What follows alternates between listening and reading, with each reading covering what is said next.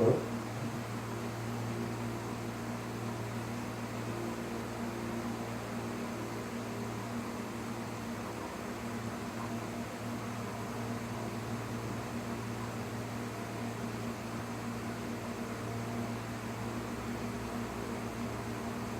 Jadi dah pegah bago Mutiron tu. Nyo spesialis pijat dari Nigeria. Pedih ke? Pedih. Di Myanmar. Tapi banyak yang cakap itu di rumah itu. Pedih. Baru sudah tidak lah. Eh.